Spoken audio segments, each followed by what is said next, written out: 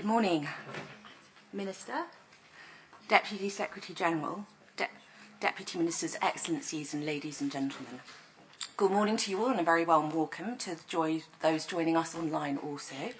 It is a great pleasure for me to moderate this discussion today, marking the launch of the OECD review of the corporate governance of state-owned enterprises in the Ukraine. This review comes at a particular important moment.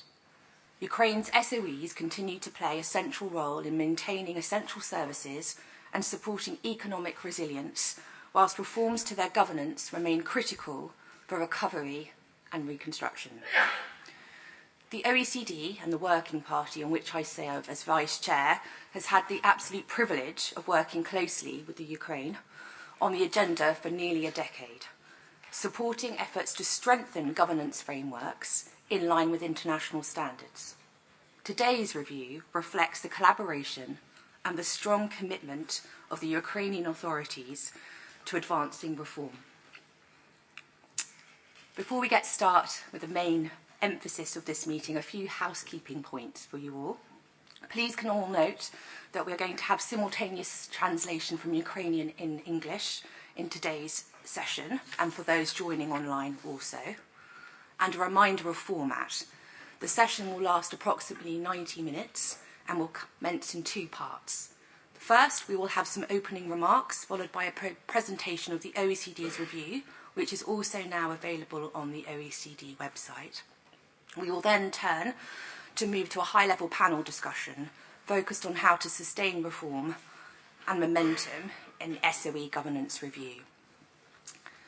So turning first to our opening remarks, I'm especially privileged to honour and welcome Mr. Oleksiy Sobolov, Minister of Economy, Environment and Agriculture of Ukraine, who should be joining us shortly online if he is able to, and also Mr. Yasushi Masaki, the Deputy Secretary General of the OECD, who will be providing us with some opening remarks. Deputy Secretary General, may I invite you?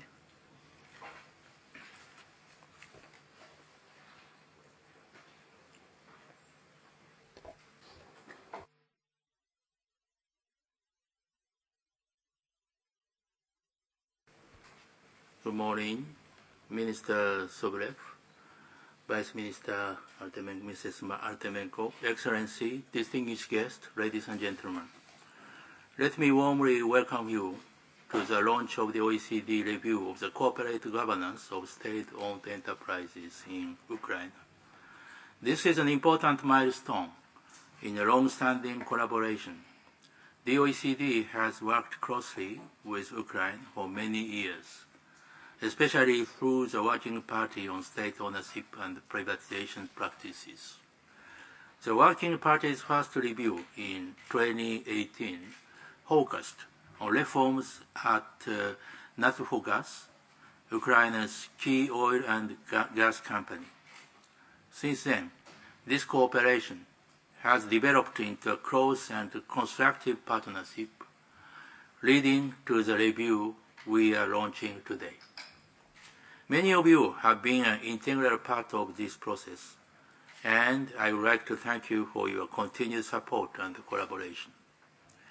It is also my great pleasure to announce that, as of today, Ukraine has become an adherent to the OECD recommendation on the guidelines on cooperative governance of state-owned enterprises.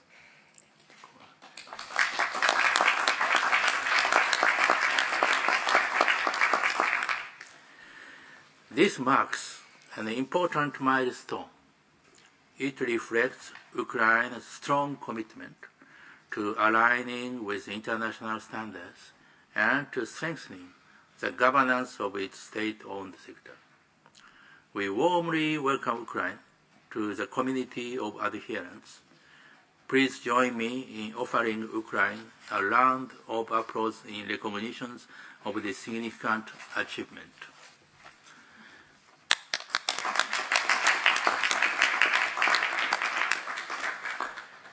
I am also honored to hold here a letter from the Secretary General, which I will now hand over to Madam Deputy Minister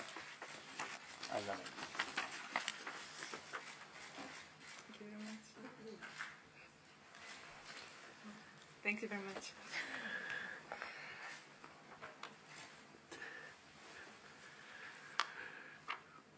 Turning now to the review itself, let me begin with a few observations. State-owned enterprises play a central role in Ukraine's economy. They operate across key sectors such as energy, transport, infrastructure, and defense-related industries. They also account for a significant share of economic activity and public assets. Ukraine has more than 3,000 state-owned enterprises. Many of them are essential to maintaining public services and supporting the country's resilience in the face of Russia's ongoing aggression. At the same time, the sector has also faced long-standing governance challenges. They include the need to strengthen legal and regulatory frameworks, improve transparency and disclosure, enhance the role of and effectiveness of boards, and further clarify the state's ownership function. Against this backdrop, Ukraine has continued to move forward. Working closely with the OECD, it has pursued an ambitious reform agenda and achieved meaningful progress even under extremely difficult circumstances. You will never hear more about this from Carmine shortly, but allow me to highlight 3 areas where that progress is already visible. The first is state ownership policy and practice. Ukraine has taken important steps towards more professional state ownership of SOEs. Efforts to clarify the respective roles of the Ministry of Economy, the State Priority Property Fund, and line ministries are advancing. Ongoing reform discussions on centralizing ownership functions also underline the importance of clear institutional arrangements. The second is board effectiveness. Supervisory boards are becoming stronger governance actors. In several SOEs, boards are exercising more meaningful oversight, supported by independent members and specialized committees. Further efforts to protect board independence and limit political influence will be important to reinforce credibility. The third is transparency and disclosure. SOE transparency requirements have improved significantly. Ukraine has expanded disclosure obligations, strengthened audit requirements, and mandated higher quality reporting standards. Once fully implemented, these measures will be essential for investor confidence and for safeguarding public trust. Effective reform implementation requires a whole-of-government approach. In practice, this means engagement not only from ministry and SOEs, but also from legislative bodies and other key institutions. This is demanding and complex work, and it requires sustained coordination across many actors. I am very pleased and encouraged by the progress Ukraine has already made. Looking ahead, the next priority will be consistent implementation across the full SOE portfolio. In other words, the task now is to move from reform design to sustained delivery, so that good governance becomes standard practice across the sector. Strengthening ownership arrangement, improving coordination, reinforcing board effectiveness, and limiting the use of exemptions will all be important steps in this regard. This matters not only for the performance of SOEs themselves, it will also be central to Ukraine's recovery and reconstitution. Strong governance of state-owned enterprises can help create the conditions needed to attract private investment, support fiscal sustainability, and rebuild critical infrastructure. well-governed SOEs can act as an important partners in this process, while also reinforcing confidence among investors and international partners. The OECD will continue to stand by Ukraine, building on the strong partnership we have developed and supporting its efforts through policy dialogue, peer learning, and technical assistance. Before concluding, let me once again commend Ukraine for its continued commitment to reform. We look forward to continuing our close cooperation in support of the next phase of this important agenda. Thank you very much.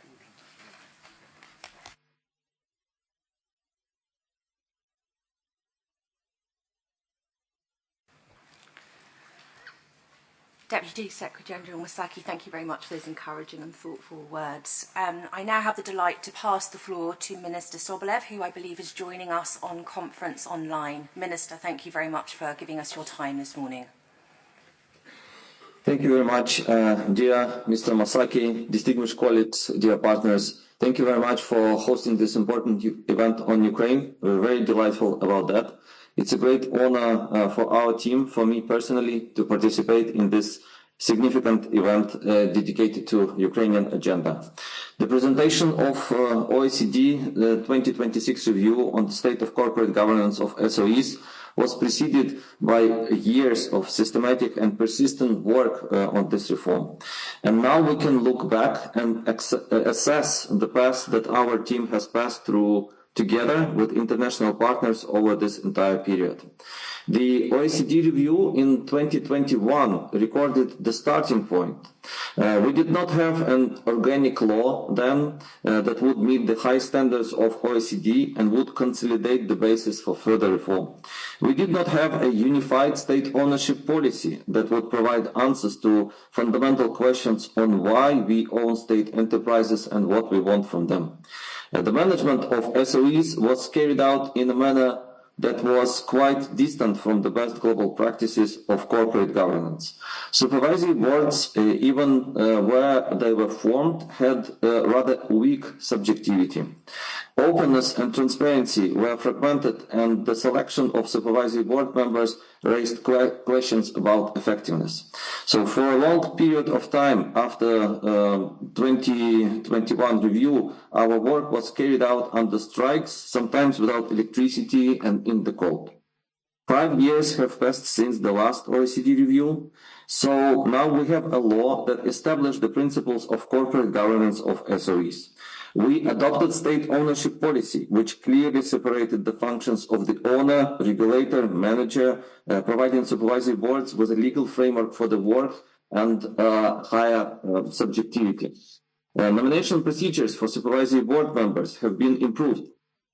On their basis, new supervisory boards have already been formed and are being formed.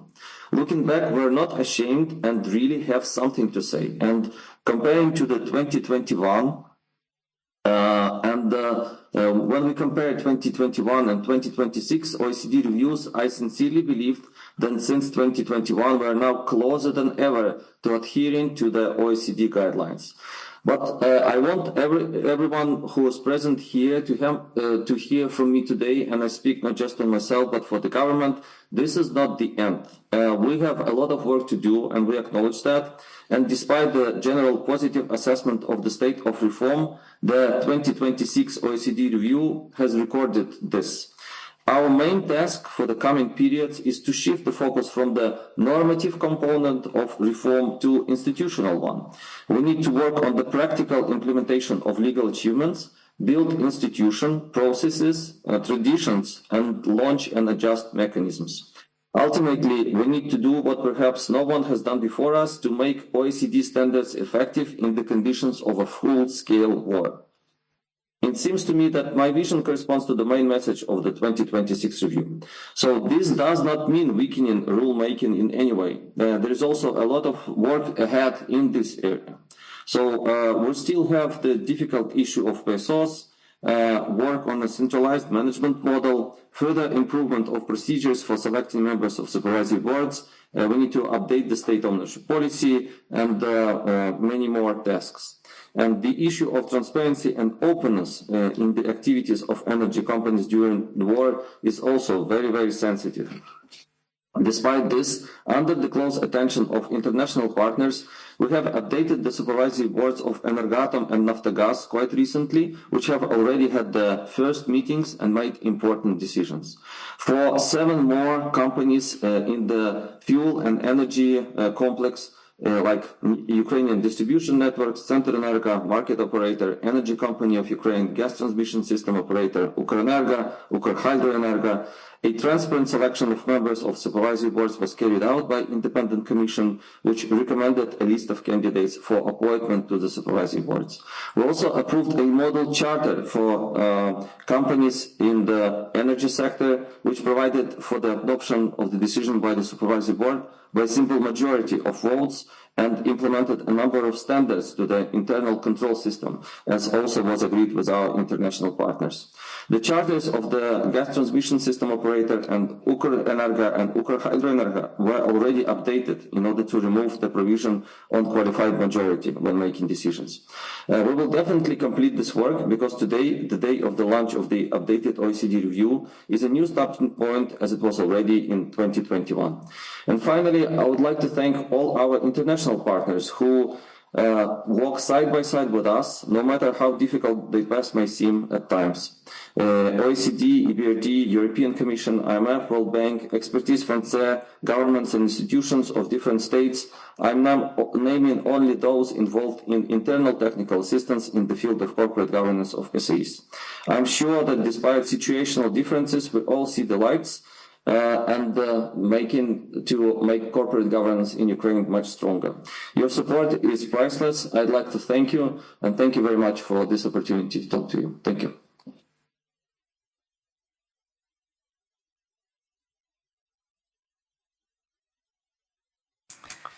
Minister Sobolev, thank you so very much for joining. Oh, that's a bit of an echo. Thank you so very much for joining us. Perhaps we just have a pause whilst we sort out the microphone. There we go. Minister Sobolev, thank you so very much for joining us and for your thoughtful words. We can see the hard work that you've done and the commitment you have, and we wish you all the best and encouragement with the roadmap ahead. We have faith in the energy and commitment that you have given. So wishing you the best of luck and thank you again. Turning now to the substance of today's discussion, let's take a moment to think a little bit about the OECD guidelines on corporate governance of state-owned enterprises, why they're important and why this review and this moment in time is an important landmark moment. So why are the guidelines important? Well, I think we can all agree that they provide a global benchmark for how governance can exercise ownership in a transparent, accountable and professional manner. Their relevance is particularly clear in contexts such as the Ukraine, where SOEs play a strategic role across key sectors. Where governance is strong, SOEs can drive economic growth, essential services, and support national resilience. Where it's weak, the risks are significant: inefficiencies, fiscal pressures, reduced investor confidence, and exposure to corruption. We are all aware of this. At the core of the guidelines, there is a simple and powerful message around the principle of the clarity of roles when it comes to ownership of SOEs. This includes separating the state's function as owner, policymaker, and regulator, strengthening supervisory boards, and ensuring high standards of transparency and disclosure. The guidelines also emphasise competitive neutrality so that SOEs can operate on a level playing field with private firms. For countries navigating recovery and reconstructions, these are not abstract principles. They provide a practical framework for building stronger institutions and restoring trust. The review that we are launching today for the Ukraine takes stock of Ukraine's progress. Based on extensive engagement with authorities and stakeholders, it highlights important legislative and institutional advances, whilst also identifying areas where further efforts are needed, particularly in ensuring consistent implementation, strengthening coordination, and reinforcing board effectiveness. To walk us through these findings, it is my great pleasure to give the floor to Mr. Camilo de Noia, the OECD Director of Financial and Enterprise Affairs, who's going to offer some reflections on these topics. Thank you very much. The Minister is not anymore online, but it was great to listen to him, dear Deputy Minister, Diana, dear Ambassador, dear colleagues, Benoit, all Excellencies, distinguished guests, dear Deputy Secretary General. It's a pleasure to be here, so to present our findings, our new OECD review of the corporate governance of state-owned enterprise in Ukraine. Actually, just 4 weeks, less than after we presented the other report, which I think is very much correlated on stronger financial markets and institutions for Ukraine recovery. And here are in the SOE, Environment Working Party, which is working under Corporate Governance Committee, and so these are all very much linked. This is great to be here today. It's a great day today. I had just opened our enlarged session of the Investment Committee, and this in particular in this timing of tensions, wars, and it's very important to keep capital markets open and flow of capital within a country and across countries. And so building and stronger institutions is very important, especially then in a country which is so rich of state-owned enterprises. Now, as these are, as DSG mentioned, SOEs are a strong pillar of Ukraine economy. My director has been working closely with Ukraine for many years, and also in many capacities. I was discussing with the Deputy Minister, and also had previous role in a competition environment. We also cover competition as well as, again, investment and anti-corruption and many other responsibilities. We are engaging a lot with you, with your government, and so we are happy and proud to serve you, to be helpful. And we have seen, on our topics today, we have seen how important is our SOEs and the important progress that in strengthening SOE governance, even under, these, we were discussing with the Deputy Minister before, the extraordinary circumstances of war and reconstruction. Now, the review highlights where substantial progress has been made, where institutional and governance challenges persist, and what the next phase of reform will need to deliver. So in presenting these findings, I will focus on 3 areas, so the broader context for the review, key findings, and next steps in the reform process. Now, before turning to the findings, let me briefly outline the framework for this review. Now, the review is designed to support Ukraine's recovery and reconstruction by strengthening SOE governance, resilience, and investment mobilization. So its findings are based on the OECD SOE Guidelines, as was mentioned, which is, the leading international standard in this area. These guidelines have countries analyze and strengthen how they govern and oversee SOEs. They focus on issues ranging from the rationale for state ownership and the state's role as an owner, nothing bad in state-owned enterprises, but again, is the framework how the legitimate rights are exercised, to market practices, disclosure, board responsibilities, and sustainability. So in short, they provide the framework for identifying policy gaps, assessing progress, and guiding the next steps in the reform process. Now let's turn to Ukraine SOE sector. The sector is very large, diverse, and economically significant.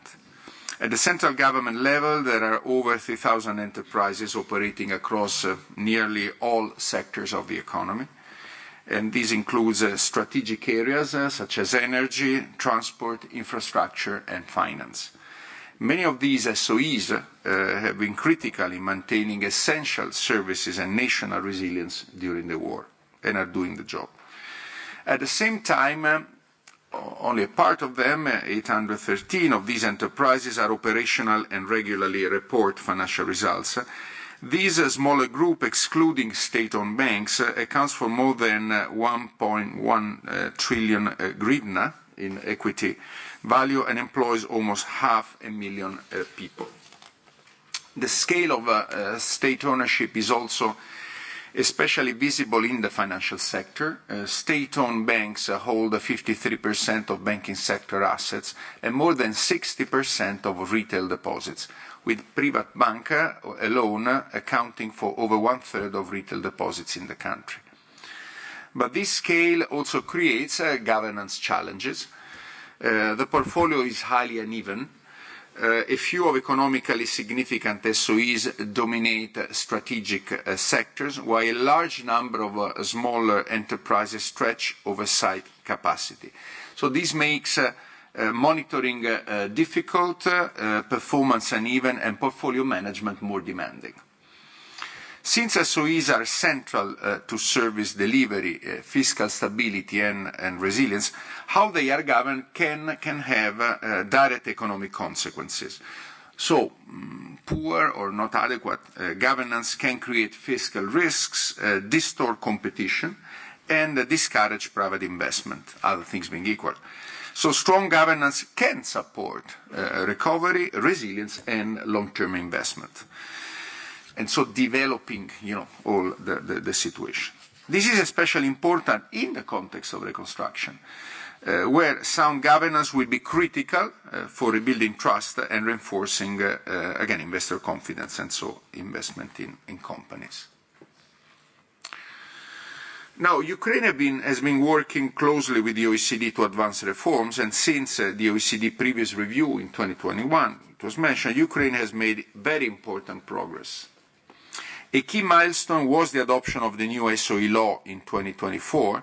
These significantly strengthen the role of supervisory boards, including by confirming their authority to appoint and dismiss CEOs and to approve corporate strategies and budgets.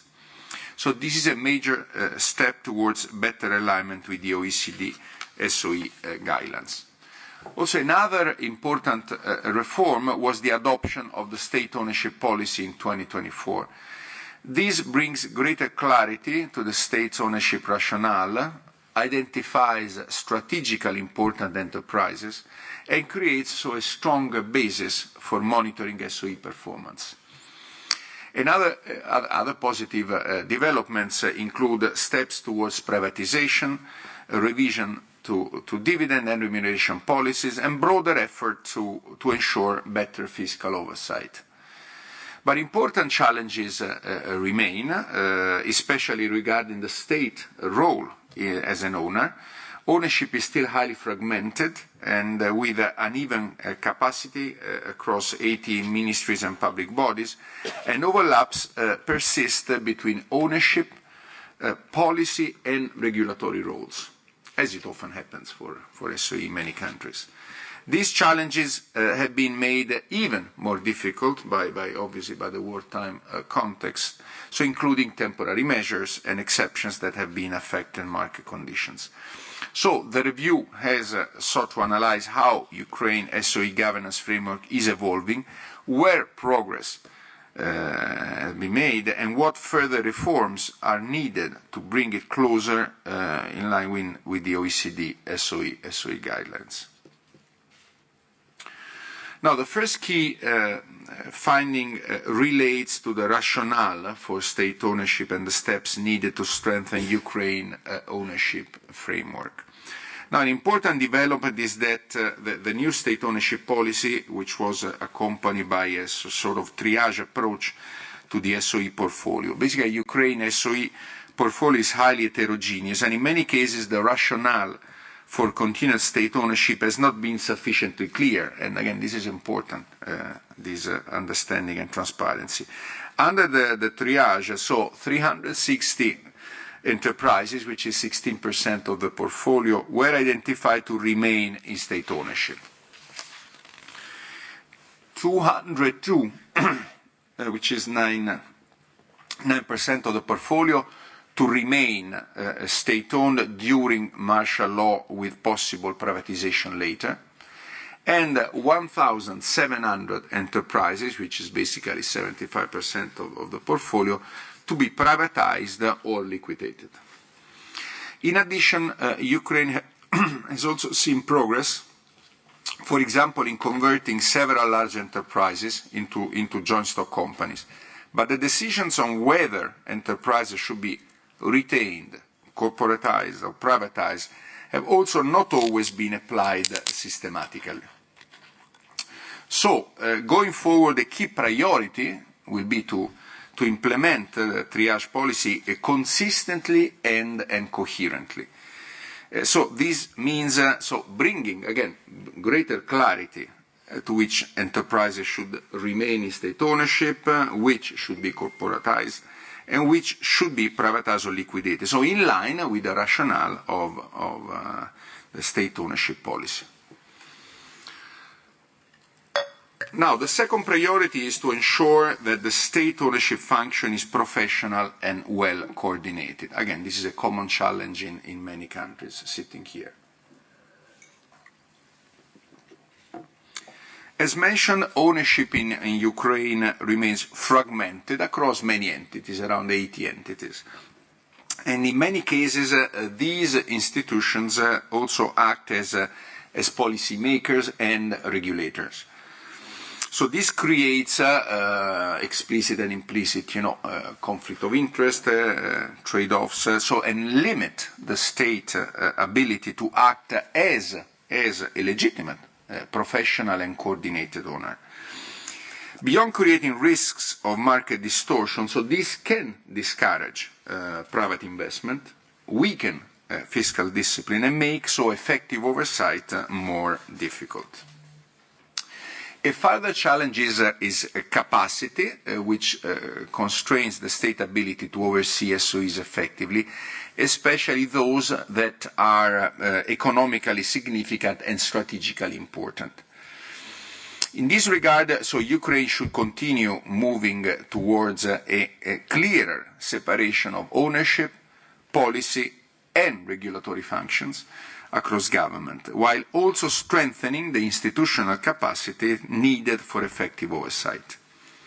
So the direction of travel should be towards a more coordinated, centralized, or at least better transparency and, again, coordinated ownership model.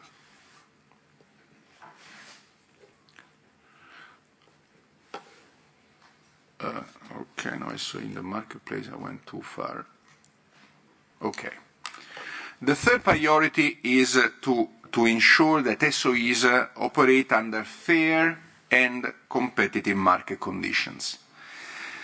Now, under martial law, many SOEs have benefited from exceptional support measures, and this is understandable. These were often necessary, but if maintained for too long, they risk structurally distorting the markets and weakening competitive neutrality. So more structural issues also remain, including preferential access to financing and incomplete enforcement of state aid rules. Now, the recommendation, obviously compatible with the situation difficult you are living, but is to progressively ensure competitive neutrality by reinstating state aid control, reviewing exemptions and making them time-bound and strengthening regulatory oversight. This will be important not only for market efficiency, but also for attracting private investment and supporting Ukraine's EU accession objectives. And yesterday I was with some other colleagues in Brussels at DG Enest discussing also these issues. Next, I will turn to disclosure and transparency, as well as shareholder treatment. Now, Ukraine has made significant progress in developing a stronger legal framework for SOE disclosure and reporting. But in practice, disclosure remains uneven, including for strategically important SOEs. Another challenge is the limited availability of consolidated data. Aggregate reporting existed in the past. For example, the PROSVIT platform was launched in 2022, but these mechanisms are no longer fully operational. Fragmentation also makes effective oversight difficult. In particular, disclosure of public service obligation costs, state guarantees and liabilities remain incomplete in many cases, which creates obviously challenges for fiscal oversight, risk monitoring and accountability. So a key priority is to restore and strengthen aggregate reporting. The government's commitment to develop an aggregate reporting framework by July 2026, so in a few months, is a positive step. It will be also important to continue aligning SOE's reporting with international standards. Transparency. Sunlight is the best of disinfectants, so transparency is very important. At the same time, strengthening transparency should go hand in hand with reinforcing the equitable treatment of shareholders. This includes aligning dividend policies, disclosure practices and shareholder meeting procedures more closely with listed company standards, while ensuring that shareholder rights are effectively protected and enforced. And obviously this was in the other report, always going on the market with SOEs is important. Now, turning to supervisory boards, they are central to SOE governance, and Ukraine has made important progress in strengthening the framework in this area. The 2024 SOE law also requires majority independent directors on supervisory boards in major SOEs. In state-owned banks, the requirement is even stronger, with the 6 out of 9 board members required to be independent. Clearer rules on nomination and evaluation have also been introduced. But implementation remains uneven. For example, the review highlights delays in appointments, incomplete boards in some SOEs, interim management arrangements, and uneven functioning of audit and risk committees. It also highlights differences in how independent directors and state representatives are appointed, with state representatives often selected through, let's say, less competitive processes. The recommendation is to continue, to professionalizing and depoliticizing board appointments, ensure timely nominations, and strengthen evaluation mechanisms so that boards can function independently and more effectively. Finally, a brief word on sustainability and integrity, which is a key, an important issue also of the new guidelines, as well as of the corporate governance principles. Now, Ukraine has taken an important step by adopting a national sustainability reporting strategy in 2024, with the reporting aligned with European standards expected from 2026. But implementation level remains uneven. Across much of the SOE portfolio, so sustainability reporting and sustainability risk management are limited. And the same is true for integrity. So while Ukraine has made broader progress on its legal and institutional frameworks that support anti-corruption, many SOEs are still very prone to integrity risks. Recent developments, including corruption allegations uncovered in the context of Operation Midas, have further underscored persistent vulnerabilities in SOE integrity frameworks and the need to strengthen internal controls, compliance functions, and independent oversight mechanisms. The next step is to embed sustainability and integrity more firmly into SOE governance through stronger board oversight, better disclosure, and stronger internal controls and compliance systems, in line with the OECD standards, including the OECD Anti-Corruption and Integrity Guidelines for SOEs. So let me conclude with some final observations. So Ukraine has made substantial progress in strengthening the legal and institutional framework governing SOEs. At the same time, the sector remains large and institutionally complex, which creates continued governance challenges. The next phase of reform will be about implementation, so ensuring that this stronger framework is translated into consistent practices across the portfolio. And then effective SOE governance will be critical for reconstruction, fiscal sustainability, and obviously all investor confidence. So, thank you, and Diakou, I guess, that's correct. Diakou? Diakou. Sorry, my Ukrainian is, I can improve. Thank you.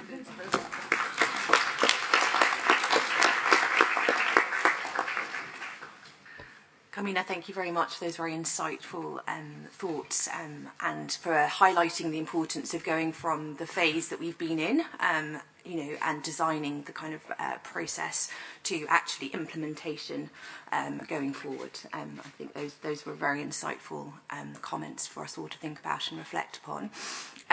Turning now to the panel discussion, I have a very experienced and established panel who I'm very excited to introduce. And the topic of our panel discussion today is going to be, how do we put reforms into action?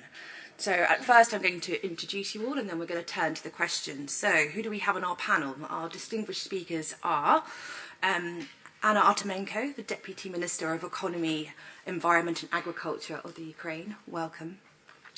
Alexei Movchan, the Deputy Chair of the Verkhovna-Radna Economic Committee. Thank you for coming. Natalia Pavnova, Deputy Chair of the State Property Fund of the Ukraine.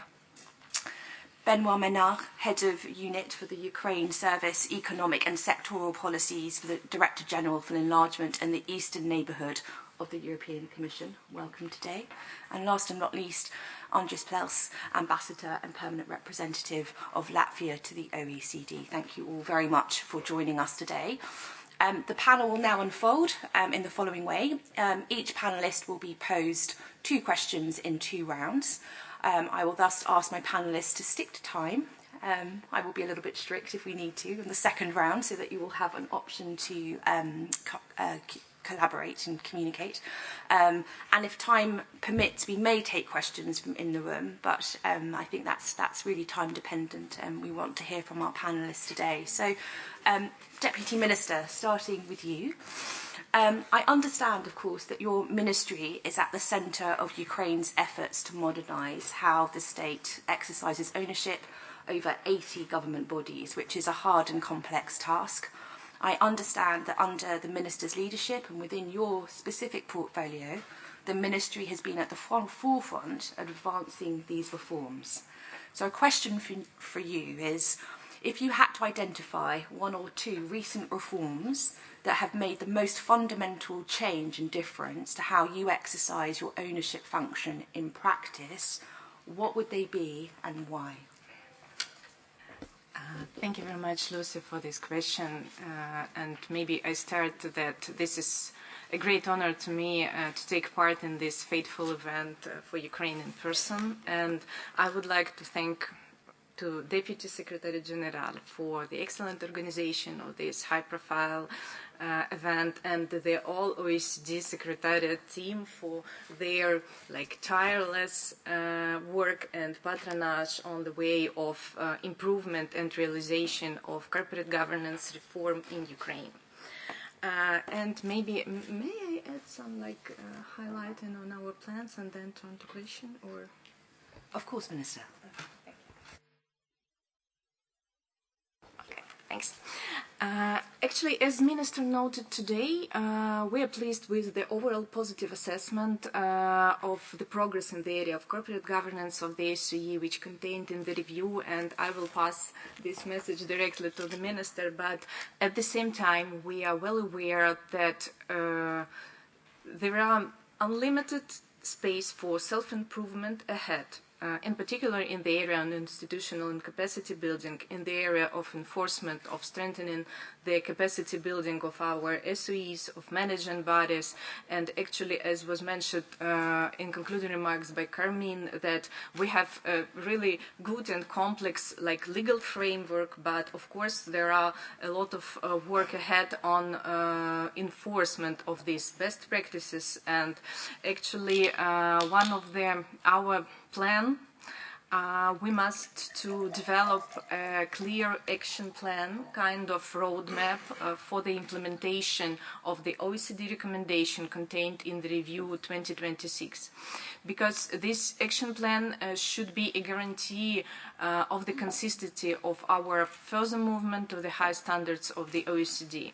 And we have a preliminary agreement on the support of this idea with the OECD Secretariat, and but we understood that this work requires funding, while our current OECD Ukraine country programs almost exhausted. So I would like to take this opportunity to officially appeal to the representatives of their governments and organizations present here at this event, and maybe to request for donor assistance in development of such an action plan. The Ministry of Economy supports all the efforts in this area, and thanks in advance to all who will respond. I will stay here for 2 days, and it will be my personal pleasure to talk to you in details on that matter. And maybe some part that, while during the preparation for this event, I mark this recommendation, and actually it's my pleasure to note that some of them is already implemented and some of them is in the process, and this action plan actually will help us to improve and structure it our way forward. And maybe just to mention a few words about supervisory boards, because one of the part of the OECD Guidelines area, and actually one of the focus of our work after the challenges we faced in November, was to amend, improve and strengthen capacity of independent supervisory board. And actually the government of Ukraine on the 31st of December approved the procedure of selection of supervisory board members. It was significantly improved, and actually we already have been introduced clear profiles for board members for the full compositions, because previously it was only apply for the appointment of the independent supervisory boards. Now it appeal for the full composition. We improve standards for the selection and appointment of state representatives, which you already mentioned in the review and in the report as well, in a transparent and competitive manner. And also very important point that the management entity now is obliged to make a decision to announce a competitive selection no later than 3 months before the end of the terms of the office of the supervisory boards, which complies also with the recommendation of the review. So let me turn to your questions as regards what two recent reforms have most fundamentally changed the corporate governance landscape in Ukraine. There are several aspects to this issue, and if we were to choose a most faithful step for the reform as a whole over the past 5 years, it would definitely be adoption of the law 3587, which established their comprehensive framework for the formation and operation of independent supervisory board as the fundamental institution of corporate governance, which is crucial for Ukraine in order to be aligned with the OECD recommendations and principles. If we talk about most significant document in the context of consolidating OECD standards at the level of secondary legislation, then such documents will be our unified state ownership policy, which reflects current vision of the state why and how should own and manage a company. Because as you know, Ukraine have very wide portfolio of SOE, so it's more than 3,000 at their state level, and I think it's around 40,000 at the municipal level. So we realized that it's a quite challenges for us, and we need to have one unified comprehensive documents. And actually this state ownership policy contains different annexes like dividend policy, like remuneration policy, etc. But if we are talking about practical steps for implementing the reform, it is clearly the corporatization of the SOEs and the formation of the independent supervisory boards according to the competitive and transparent procedure. And having developed a high-quality base at the level of primary and secondary legislation, we will work on enforcement, on searching for weaknesses and imperfections, and now we will already done kind of lessons learned job and we'll also devote part of our efforts, energy and resources on capacity building as well, because it's very important to have like professionalized boards, managing bodies, and all the stakeholders who are involved in the implementation of corporate governance reforms. Thank you for quite a long speech, but it was my pleasure. Thank you. We didn't notice length, we just noticed how interesting it was, Deputy Minister. Thank you very much for those reflections on those reforms. On the topic of reform, actually, I'm going to now pass to Mr. Movchan from the Economic Committee for the RADA. I understand you serve as Deputy Chair of that committee, and that you have a critical role in ensuring the durability of governance reforms. Touching on legislative achievement, I also congratulate you on the legislative landmarks you achieved in 2024. So my question to you is, going forward, how does the Verkhovna Rada see its role in safeguarding the sustainability of SOEs and its governance reforms, and what are your priorities next? Thank you very much for the opportunity to speak here in such a respectful auditorium. So OECD is a big partner of Ukrainian Parliament. I worked there for 6 years already. Unfortunately, our term is extended due to the full-scale invasion, but it was a big opportunity to implement reforms the reforms that have not been implemented for 30 years. And with OECD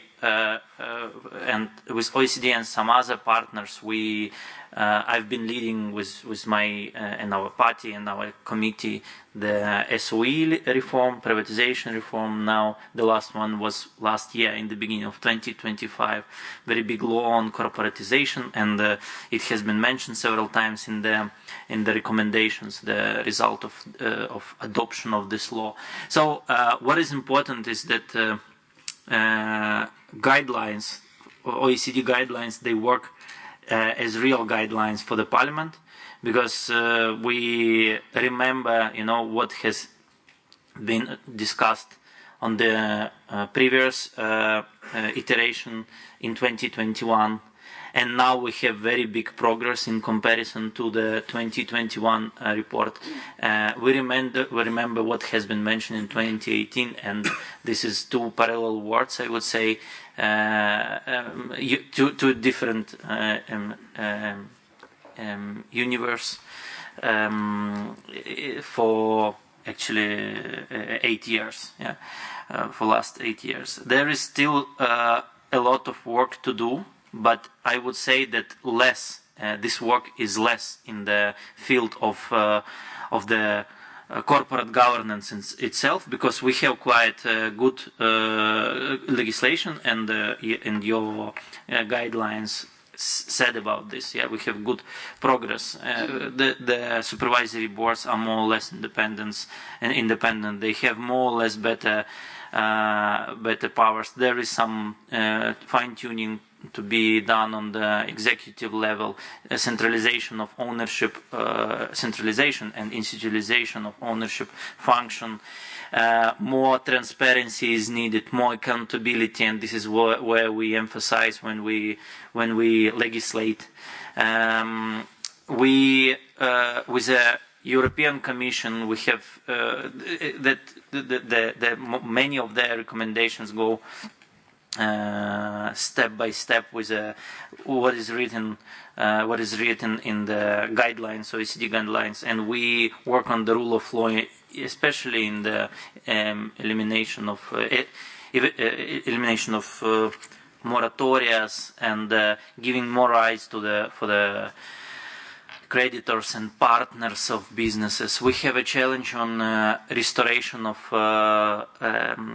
the procedures of state aid control, and this is separate part of it's I would say outside part of the corporate governance, but it's more in the anti-monopoly, antitrust legislation. But it's still a challenge for us, because during the wartime, it's you sometimes need fast injections to continue operations of many state-owned companies, especially in electricity generation or distribution, or some other energy companies, or big infrastructure companies like trains, railways, or port infrastructure. And the state is like the first partner of the state budget, can be the first partner of emergency partner in these cases. That is why the discussion there is quite complex, and we are trying to manage this in the parliament, and we feel that it is becoming harder to implement those reforms. But still, we have very good progress in 2022. We made very big reform on privatization, and large-scale privatization started. In 2024, we adopted the law on corporate governance. 2025, big reform on corporatization, and it all brings us closer to the international best practice. Now, by the way, I think today will be registered the big law on the corporate governance for municipally owned enterprises. This is managed mostly by another ministry that is responsible for regional development, but municipality, it's a big stake of economy in Ukraine, and municipal business, it's water supply,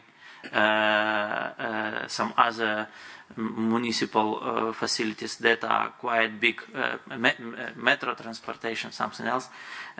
So what we did, no one asked us, neither IMF, World Bank, or European Commission. This was our initiative, that we need to impose the same practices that work for state-owned enterprises already for several years, because it's more transparency, more accountability, and less corruption, and more efficiency for the municipally owned enterprises. It's not a benchmark for anything, but it's a will, of the majority and we feel it. We receive this feedback from the regions. So one more time, I want to thank OECD for your support, for Ministry of Economy, that we cooperate a lot, and I feel that there will be a lot of interesting work on implementing these guidelines in the closest as soon as possible. So we will do this. Thank you.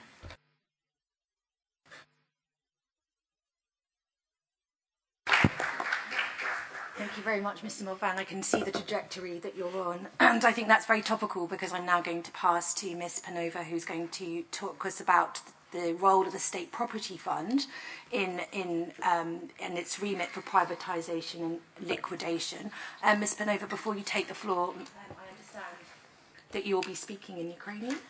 No, in English. In English? Oh, fantastic. I was going to ask people to put their headphones on, but please go ahead. Thank you, dear colleagues. Thank you for the opportunity to join this valuable professional discussion.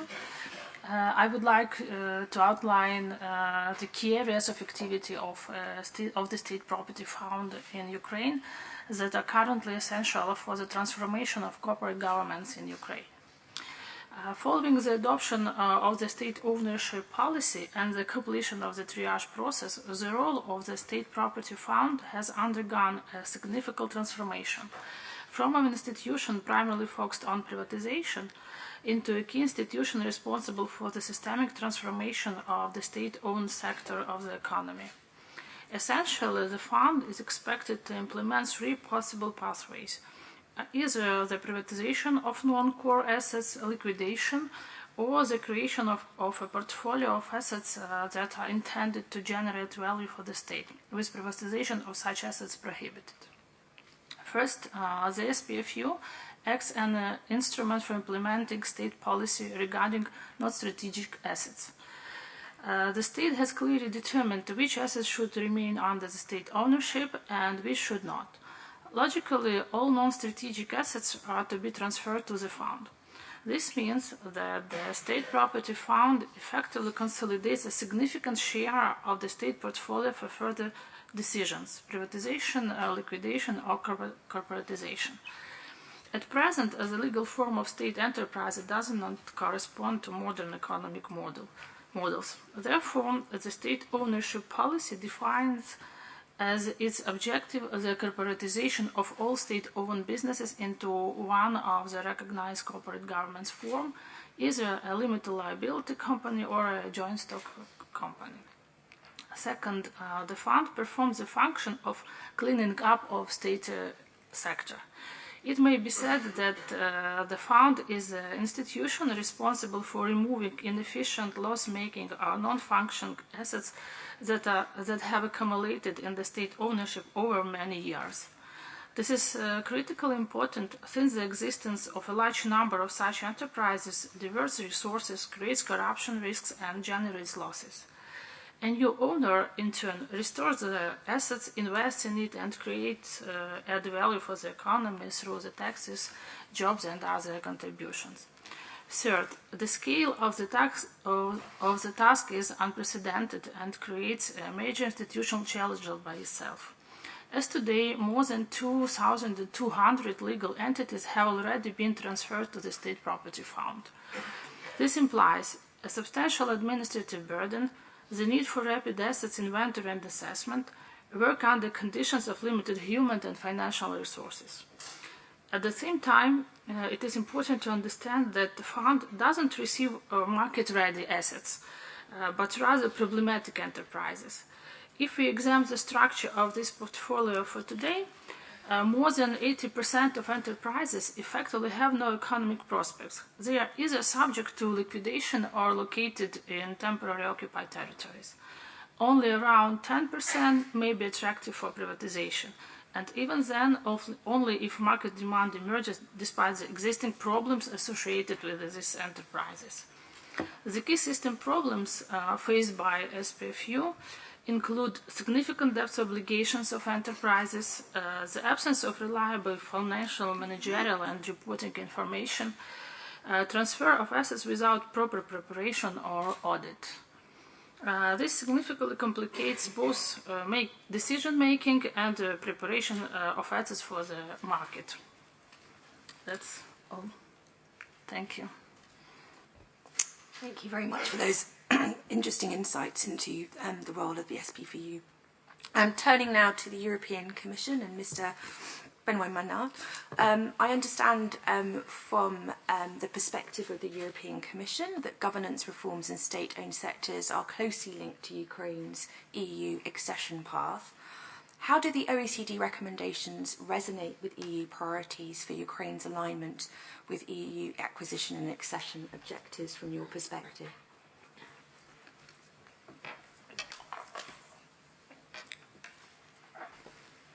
Many thanks. Many thanks to all, to the OECD, to Ukraine, Anna, Alexei, Natalia. On our side, indeed, we, let's say, accompany Ukraine on their path to EU accession. Corporate governance is extremely important. It's extremely important, I think, in many regards.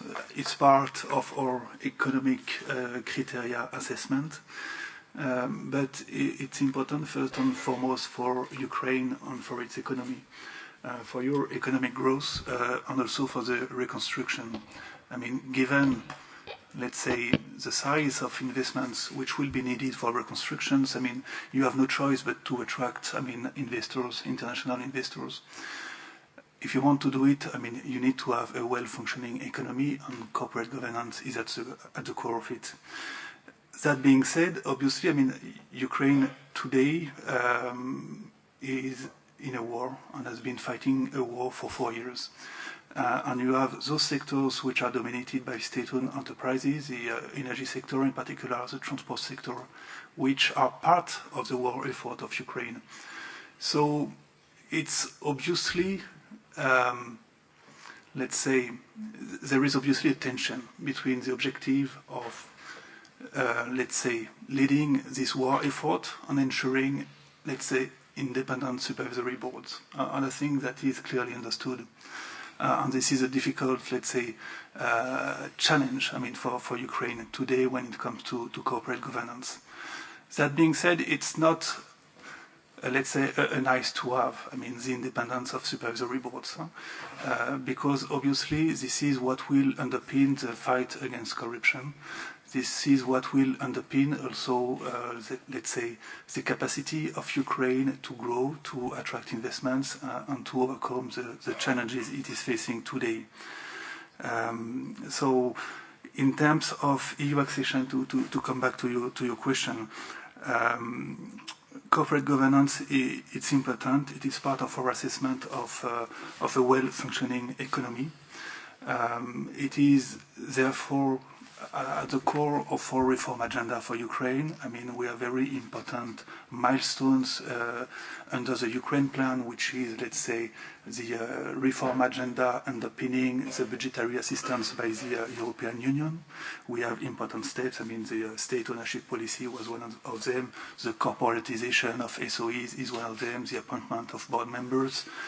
Obviously, the PSO, the roadmap on public service obligation, on the future law, on the separation of PSO and non-PSO activities, all of those are part of our reform agenda for Ukraine. So it is important for EU accession, but as I was saying, it's important first and foremost for Ukraine. I was mentioning this tension between, let's say, the objective of having well-functioning SOEs. In particular, I mean, the Ukrainian economy relies a lot on the energy sector, so this is a sector of particular importance. I think the report of the OECD rightly acknowledges the progress made. And I think that the report is also perfectly right in also pointing at the uneven implementation of the guidelines in Ukraine. And it is fair to say, it might even be an understatement, if I may say so. What we have seen last year is also clear attempts in various instances to have the state retaining control of specific SOEs. And it also came out in the context of the Midas case, which we were mentioning earlier. And after that, it is true that the government took resolute action, and this is welcome, to address those issues. And obviously, needless to say that there is strong unanimity among donors, among European member states, international institutions, that corporate governance is, let's say, crucial for the reform agenda. When it comes to the energy sector, I mean, the response to it, we have been working with Ukraine, with the Ministry of Economy, with the Ministry of Energy, on other ministries to put together a reform agenda which aims to address those challenges. And the reform agenda, let's say, has two pillars. One is sectoral reforms, and the other one are specific corporate governance issues when it comes to the independence of supervisory boards, in particular on the nomination of board members. And we are involved in those selection procedures because it is true that for corporate governance, I mean, legal alignment is good, it's the first step. But then implementation on how, let's say, those guidelines are implemented in practice matters a lot. I think Carmine made a number of very important points. Also pointing at what he said that many SOEs are prone to integrity/corruption risk. And I think this is, let's say, in the background of our conversation today, and this is why it is so important. And this is why we really welcome, let's say, the adherence of Ukraine to the OECD guidelines today, and it is super important. Just to flag that it is part of a wider effort, and it was also acknowledged in the report as well in terms of recommendations when it comes to competition policy, when it comes to sectoral reforms, the independence of regulatory bodies in Ukraine, and obviously the rule of law and anti-corruption framework. So yes, it is very important, but I will stop here for the time being. Thanks. Thank you very much for those observations. Yes, we're running short of time, so I'm going to turn now to our next panellist. Ambassador Pels, I understand that Latvia has been a strong supporter of the Ukraine and also chairs the Friends of the Ukraine group at the OECD. Touching on the theme of governance reforms, from your perspective, what do you think that Ukraine's kind of broader reform trajectory looks like, and particularly under such challenging circumstances? What reflections do you have for us on that? Well, thank you very much. And first, I would like to thank the organizers for this important event. I'm very pleased to join the colleagues here in Paris and also online for this event. Let me also acknowledge, and it's extremely important, the strong presence of Ukrainian authorities, OECD members and international partners. It shows a very strong commitment by Ukraine to this process. This reflects at a very critical time, as Ukraine is now in its fifth year of its defense against Russia's full-scale war. This reflects a continuous and sustained and very serious commitment, and as the chair of the group of Friends of Ukraine here at OECD, I can attest that this commitment is shown by Ukraine not only on state-owned enterprises but across the board on all the reform areas where we have covered under the country program. On top of that, I have to acknowledge that Ukraine is successfully and simultaneously doing three efforts. Resisting the war of aggression by Russia, reconstructing as much as possible, and reforming at the same time, and doing all of that extremely successfully. On the report, on the review, the launch of this review is indeed an important milestone. It reflects not only the tangible progress that we have seen in governance of state-owned enterprises, but also the depth of the partnership between Ukraine and the OECD.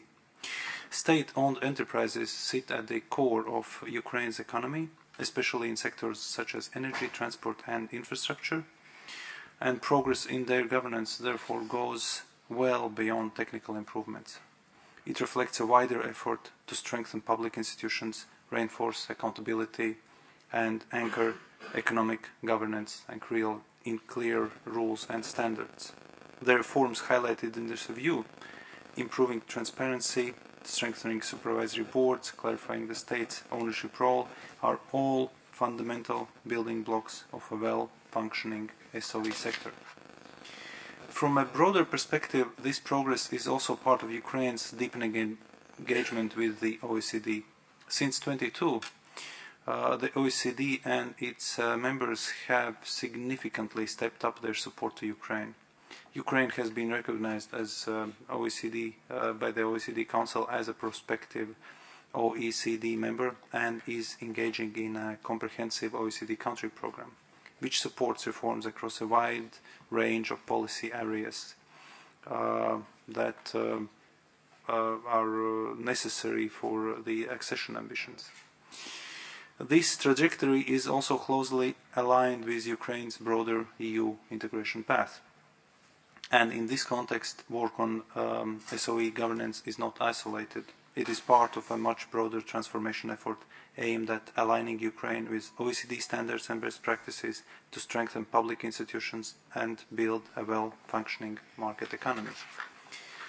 Experience from Latvia, my own country, shows that changes in state ownership and corporate governance can play a pivotal role in these aspects.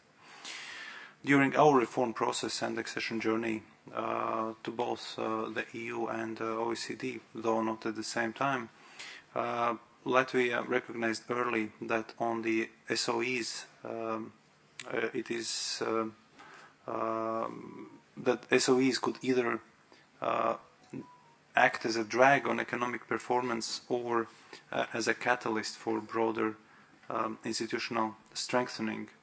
and this led to a deliberate effort to professionalize state as an owner. A key step was a clarification of ownership arrangements. A direct result of the accession process was that we made important legal reforms and moved towards coordinated ownership arrangements, which helped ensure great consistency in how expectations for SOEs were set and monitored across the portfolio. This was complemented by a strong focus on the professionalization of the boards, taking politicians off the boards and introducing merit-based selection process, strengthening independence and ensuring boards had the competencies to oversee increasingly complex and commercially oriented SOEs, as we have just also heard from the Ukrainian case. Equally important was transparency and accountability. Latvia strengthened its reporting frameworks, clarified financial, non-financial KPIs for its SOEs, and improved performance monitoring at the portfolio level.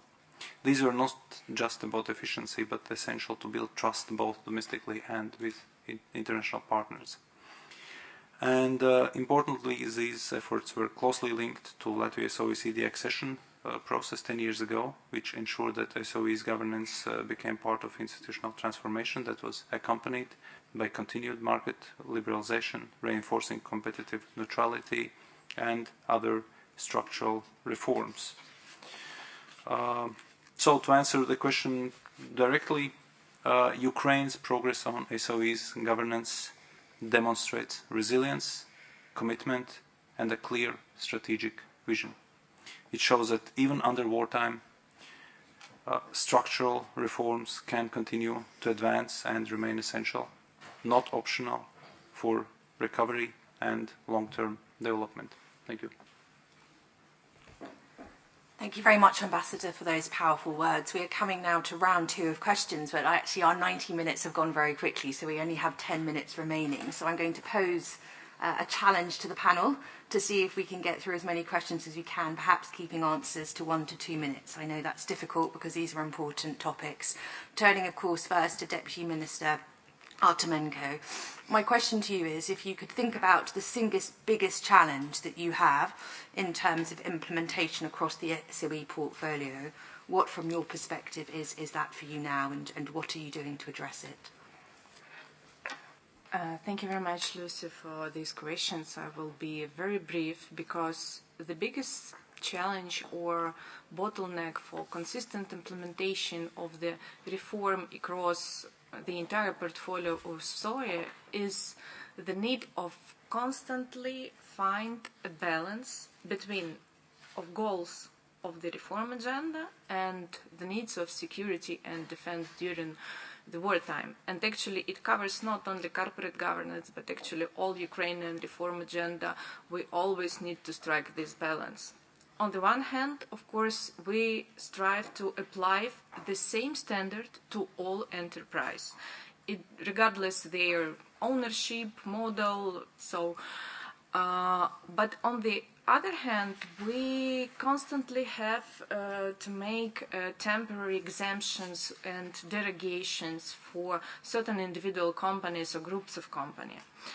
This applies, for example, to their openness of reporting data, the size of dividends, PSO, state representatives at the supervisory boards, competitive selections, etc. The government and the Minister of Economy are gradually reducing the number of these exceptions and derogations to the general rule. For example, in the beginning of the large-scale aggression, all companies were exempted from the liability for violation of the obligation to publish reports for the period of martial law. The recent law abolished this privilege for SOEs, but of course individual exceptions for energy companies and defense companies still in place. One more example, at the beginning of the large-scale war, the law on state aid was suspended, and now the government initiated the draft law to restore its effect. thus we are actually returning to competitive neutrality principles, to level playing field, including implementation of the recommendation, and was also mentioned by the BNO. Similarly, the number of companies subject to the nomination committee procedures was recently increased, and in addition to the list of SOE was also supplemented by 4 big energy companies such as Centrenergo Market Operator, Guaranteed Barrett, and Ukrainian distribution networks. And we also will introduce competitive procedure for other SOEs which are not included in this list. And I think that as we gain resilience to war, the situation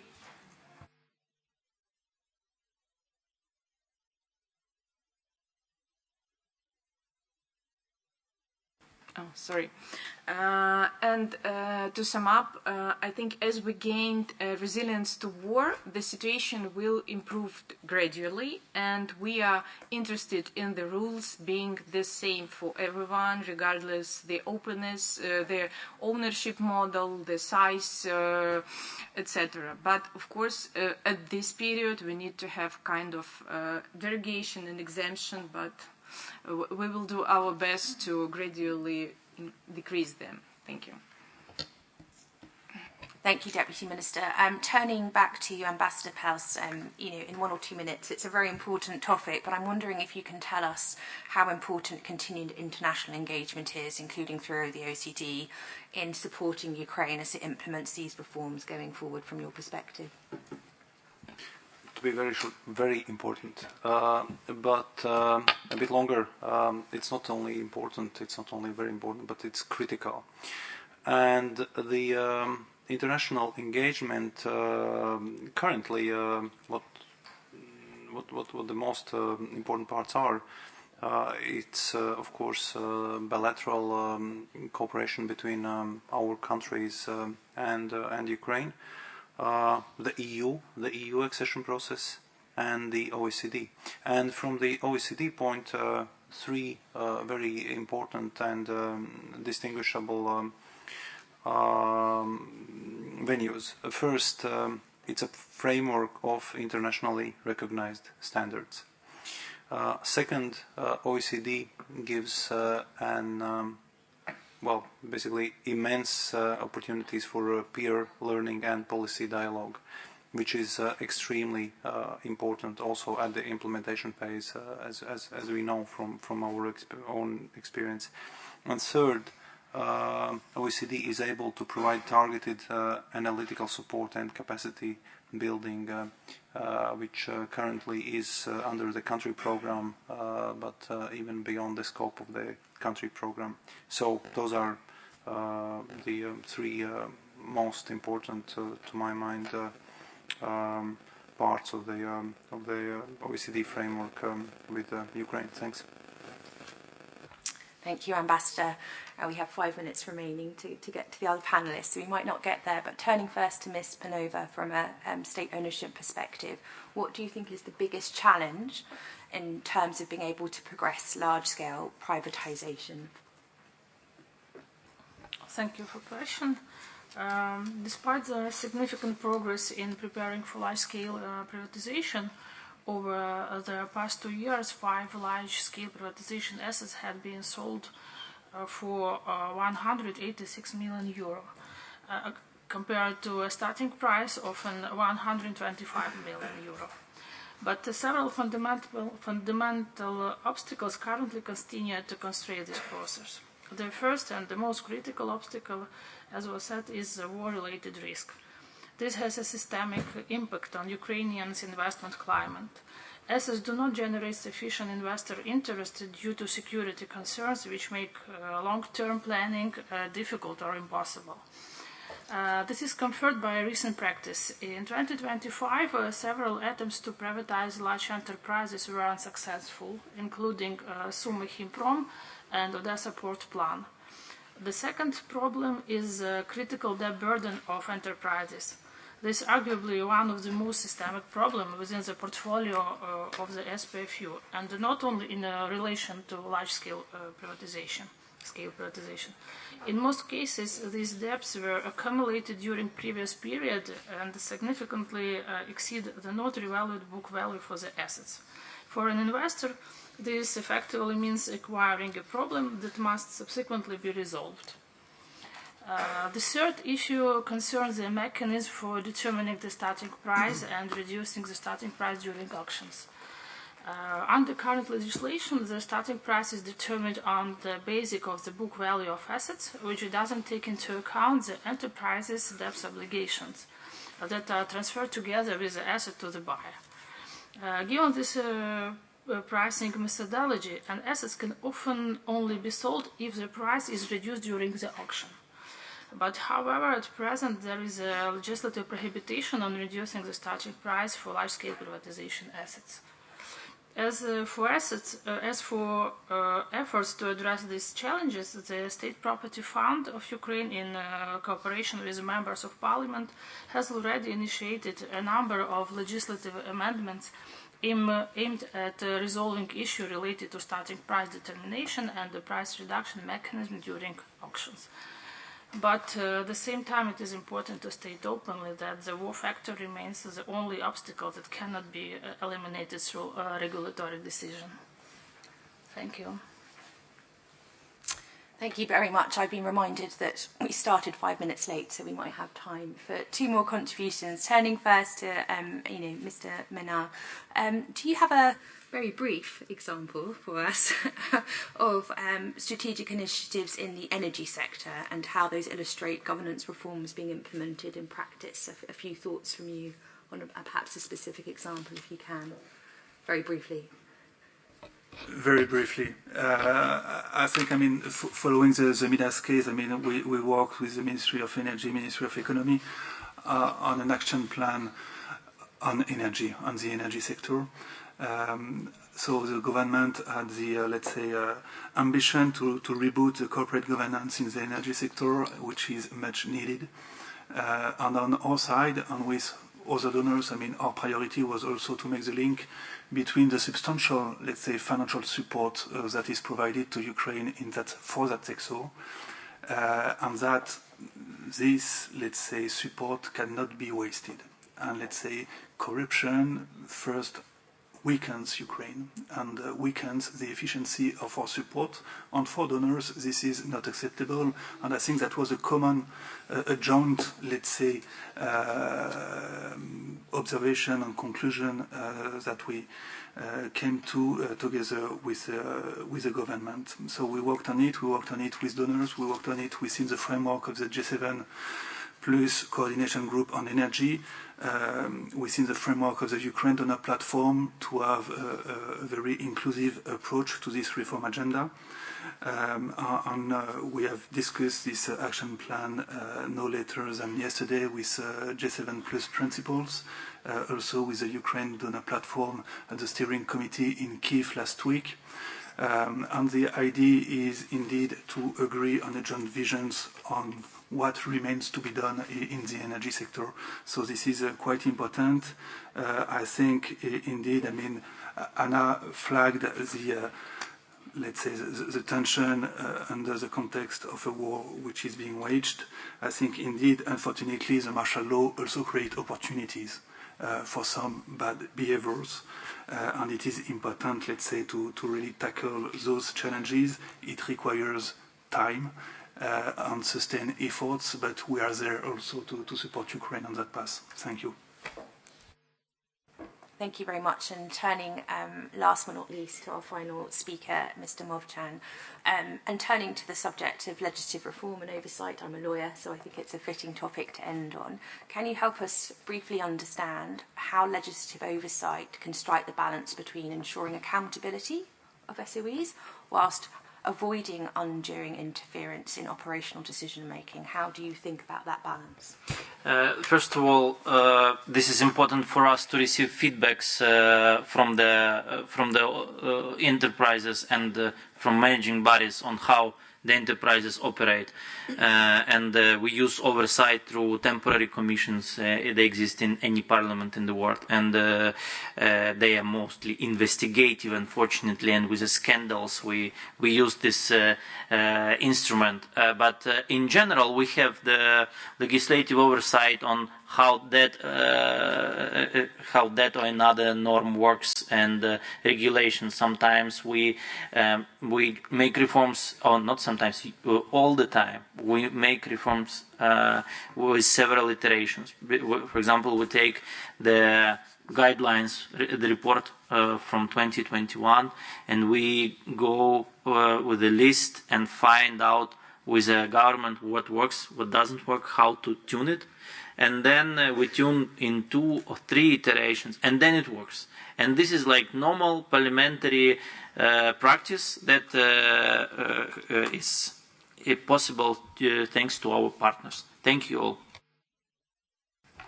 Thank you very much for those comments. I'm sadly going to have to draw the session to a close. Thank you very much to the panellists for your very thoughtful contributions. We've really valued your perspectives. You know, we understand from today's discussion, it's clearly demonstrated that the reforms in the state-owned enterprise sector are not only technical, but they're deeply strategic and important to the fiscal sustainability, investor confidence, and ultimately the ability of the state to deliver essential services to citizens. They are also central to Ukraine's recovery and reconstruction, and to its broader objective aligning with international standards, including those of the OECD and the European Union. Today's discussion reflects the significant progress achieved by the Ukraine to date, whilst the review launched today will also provide a roadmap for the next phase of reform and implementation. And I think we've heard from the speakers today how committed they are to that progress, and we congratulate them on that momentum. The OECD's Working Party for State Ownership and Privatisation Practices, gathered today, looks forward to continuing this partnership with the Ukraine and to support you in these reforms as you move forward. Thank you all, particularly for those online, for your participation and for contributing to this important milestone. And thank you also to our interpreters, as well as to the OECD Secretariat team for their constant and tireless work on this particular issue. We are very grateful for your efforts as well. Thank you very much.